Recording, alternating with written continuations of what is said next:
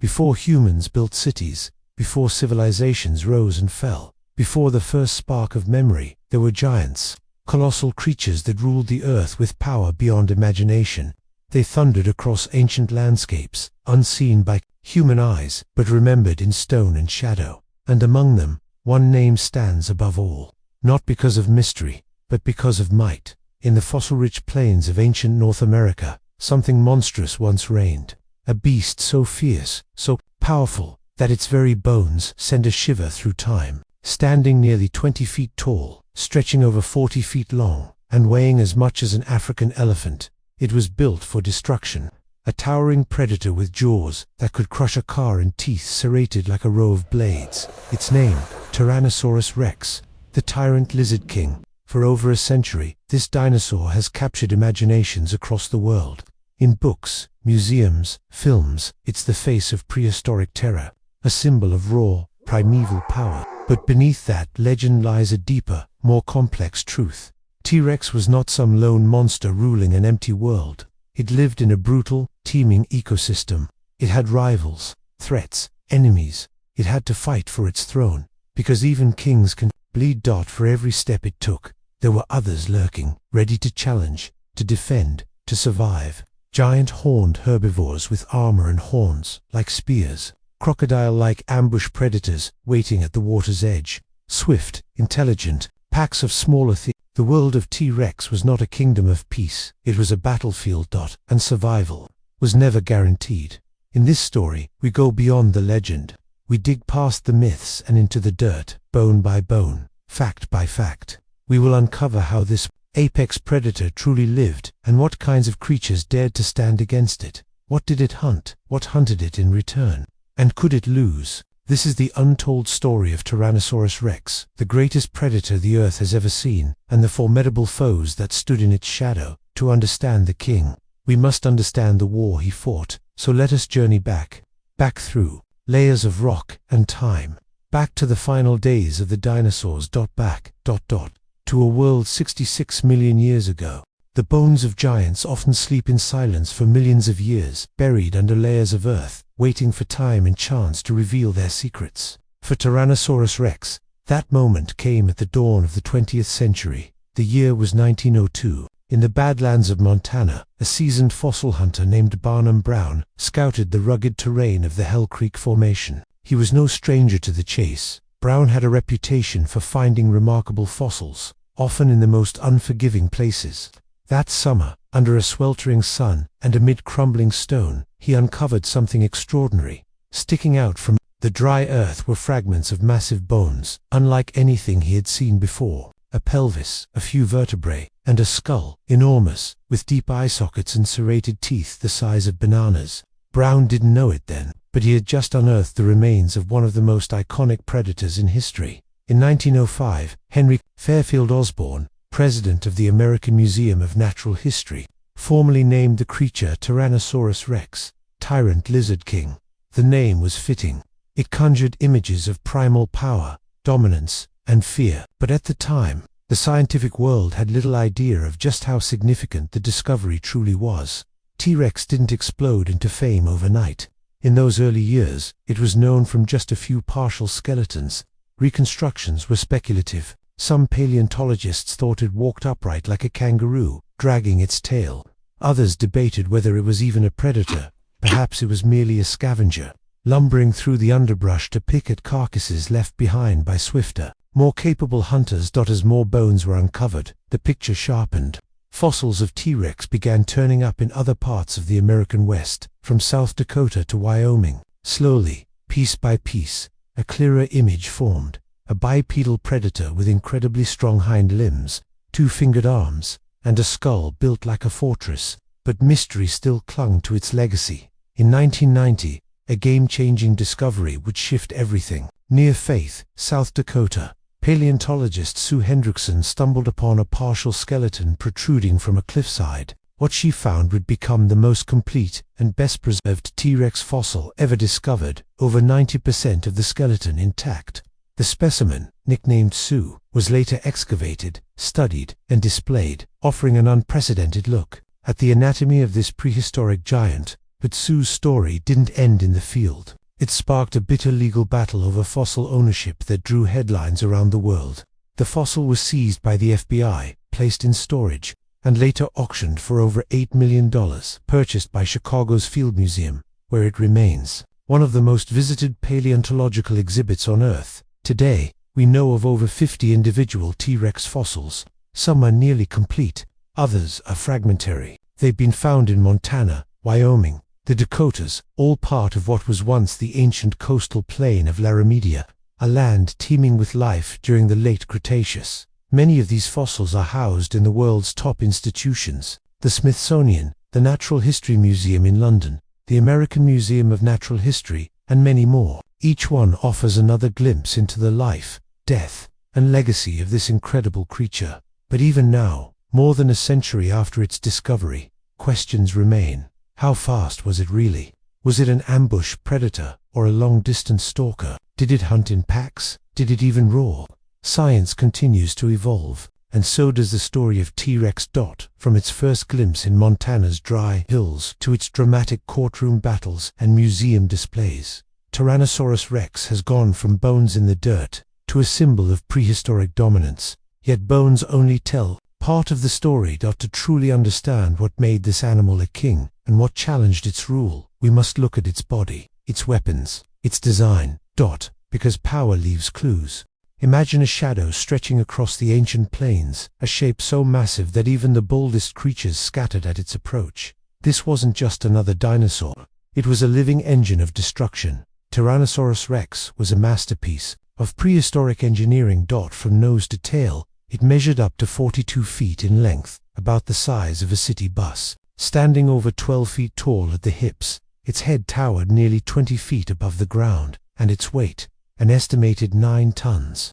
That's the equivalent of 2 African elephants packed into a frame of scale, muscle, and bone. Its skull alone was nearly 5 feet long, a fortress of thick bone, equipped with over 60 banana-sized teeth. Each one was serrated and capable of slicing through flesh and bone like a serrated steak knife through soft wood. These teeth weren't just for cutting, they were designed for crushing.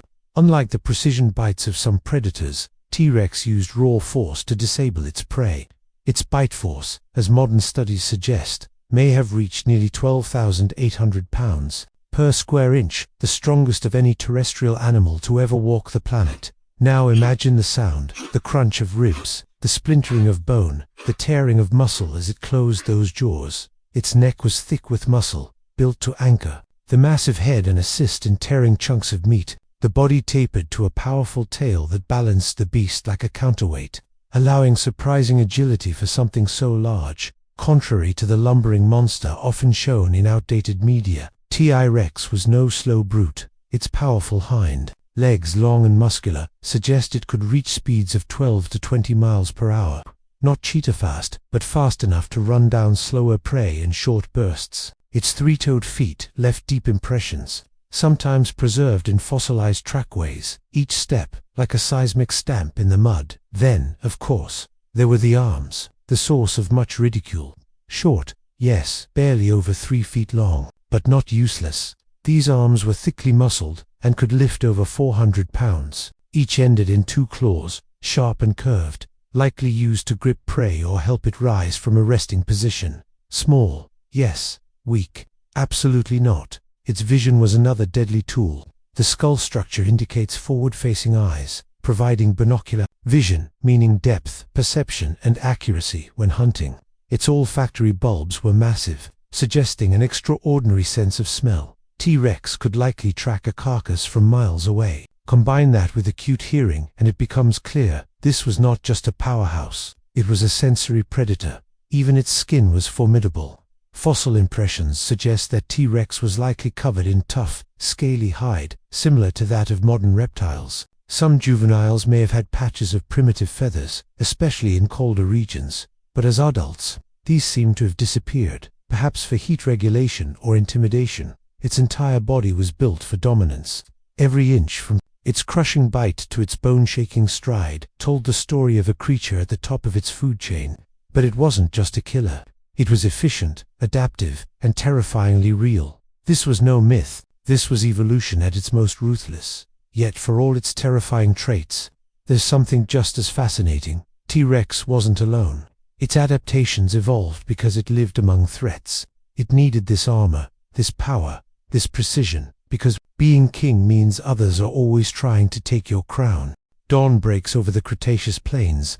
Mist rises from the low-lying swamps as the sun filters through towering conifers and flowering plants. In the distance, a herd of horned ceratopsians rustle through the underbrush, unaware that they're being watched. Somewhere, hidden among the shadows of the forest edge, a predator waits. This is the world of Tyrannosaurus rex, a land of extremes, blistering summers, frigid winters, and a delicate balance of survival between predator and prey. It roamed what is now North America, particularly along the ancient inland sea that split the continent in two. The region, known as Larimedia, was a patchwork of floodplains, river systems, and dense forests, rich in life. Rex thrived in this chaotic ecosystem. It wasn't a drifter, wandering the wilderness alone forever. It was a territorial titan with a range that stretched across hundreds of miles. Some fossil evidence even suggests that it may have returned to certain nesting sites, a behavior seen in modern-day predators like alligators and birds of prey. Its distant relatives. But how did it live? Was it a lone stalker or a social hunter?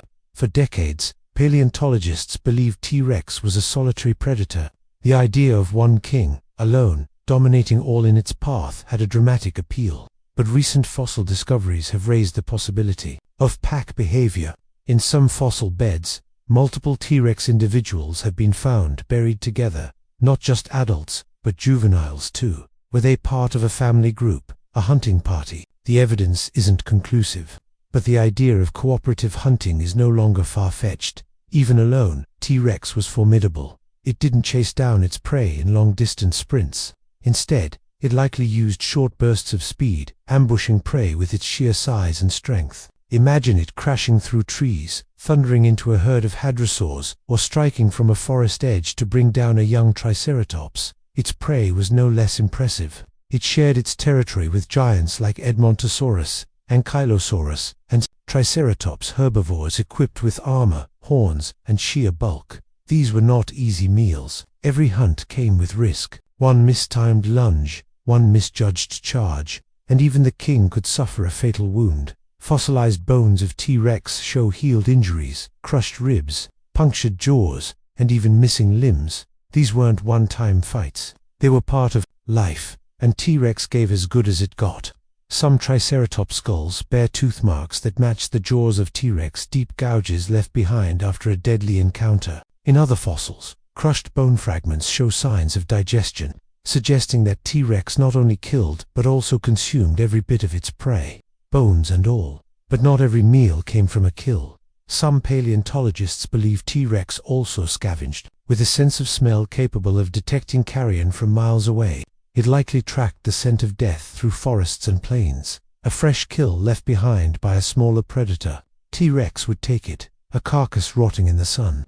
That, too. It wasn't beneath scavenging. It was smart enough to seize every opportunity to feed. As day fades to dusk, the predator slows. It may rest near a watering hole, letting the cooling breeze wash over its scaly hide. Juvenile tyrannosaurs, smaller and faster, might roam nearby, still learning the skills of survival.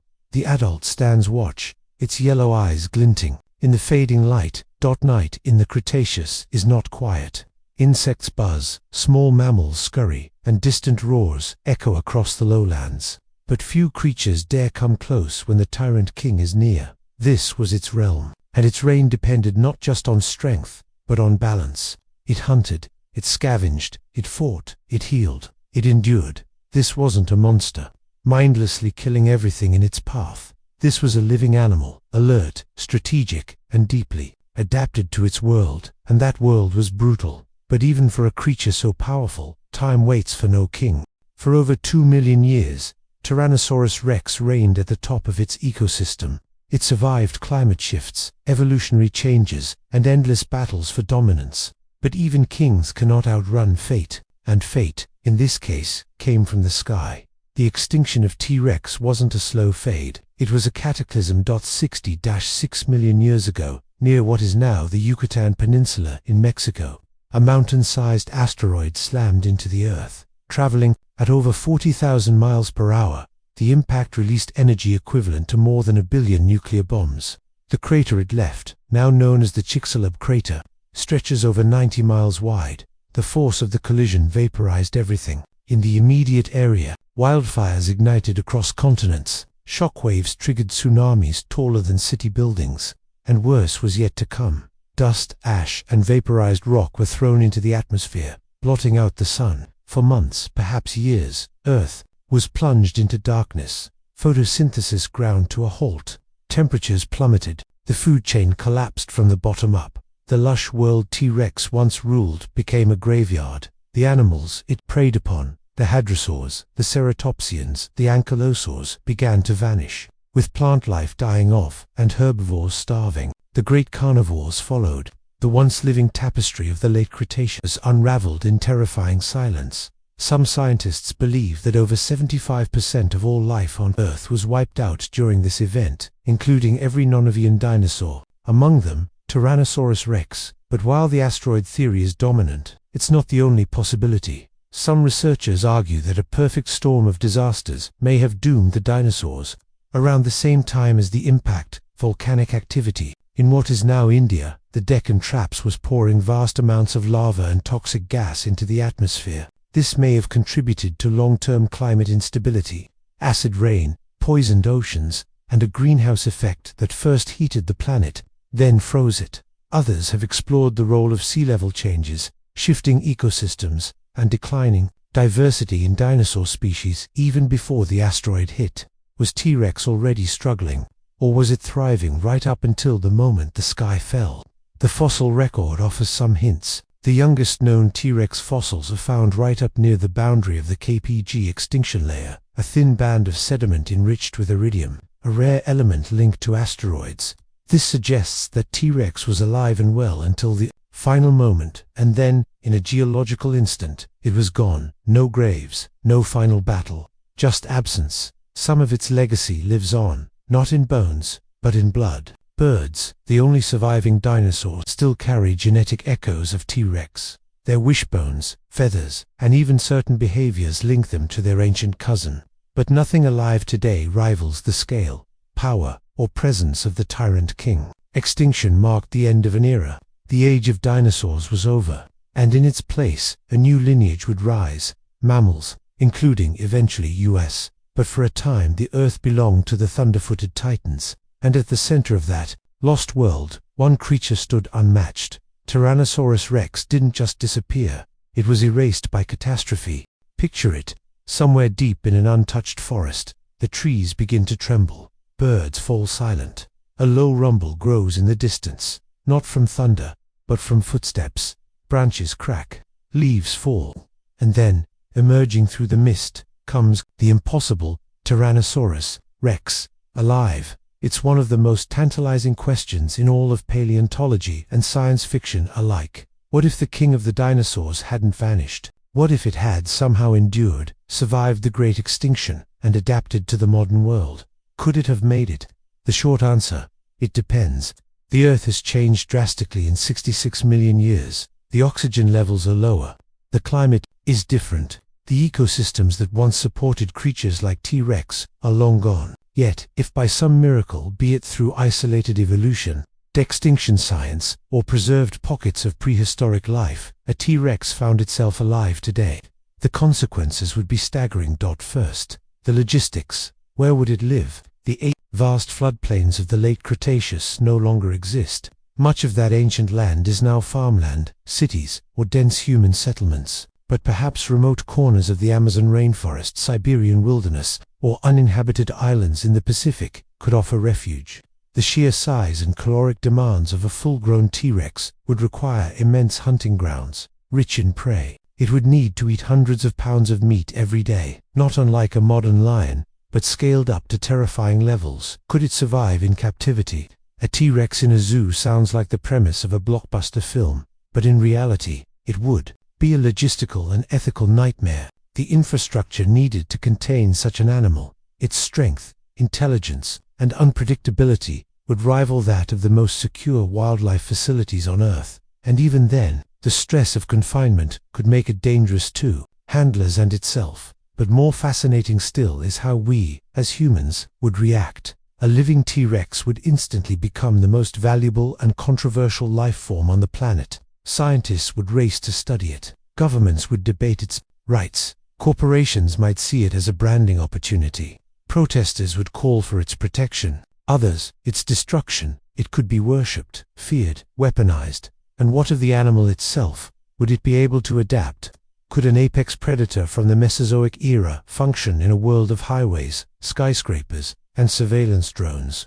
Would it learn to hunt in modern forests, or be tracked, tranquilized and caged the moment it appeared? The answer likely lies somewhere in the middle. Evolution is powerful, but so is time. The world is no longer built for giants. Prey animals are smaller. Predators use strategy, not strength. And the human footprint is everywhere. If T-Rex had survived into the modern era, it would have been forced to change, shrink, adapt. Specialized perhaps today, it would resemble something halfway between a bird and a beast. No longer the thunder lizard of old, but something sleeker, smarter, more agile. Or maybe, just maybe, it would still rule, stalking the wilderness. In secrecy, its legend whispered in the wind. In another timeline, it might walk among us, but in this one, we have only its bones, its legacy, and our imagination. And sometimes, that's enough, because in museums, in films, and in the minds of millions, Tyrannosaurus Rex still lives roaring across ancient forests that no longer stand, fighting enemies that are now dust, and reminding us that once, this world belonged to monsters, and the king was real.